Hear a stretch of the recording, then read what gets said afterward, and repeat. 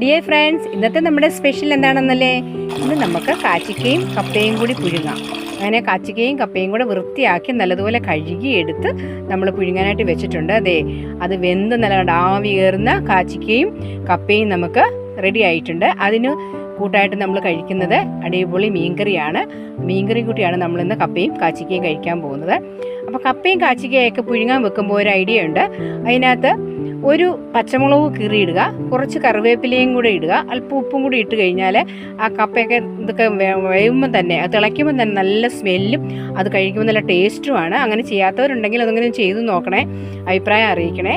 അപ്പോൾ ഞങ്ങൾ ഇന്ന് അങ്ങനെയാണ് ചെയ്തു വെച്ചത്. അങ്ങനെ ഞങ്ങളെല്ലാവരും കൂടി അങ്ങനെ ഡിന്നറ് എൻജോയ് ചെയ്തു. കപ്പയും കാച്ചിക്കയും മീൻകറിയും കൂടെ കൂട്ടി എല്ലാവരും കൂടി സന്തോഷത്തോടെ നമ്മുടെ ഡിന്നർ കഴിക്കുകയുണ്ടായി.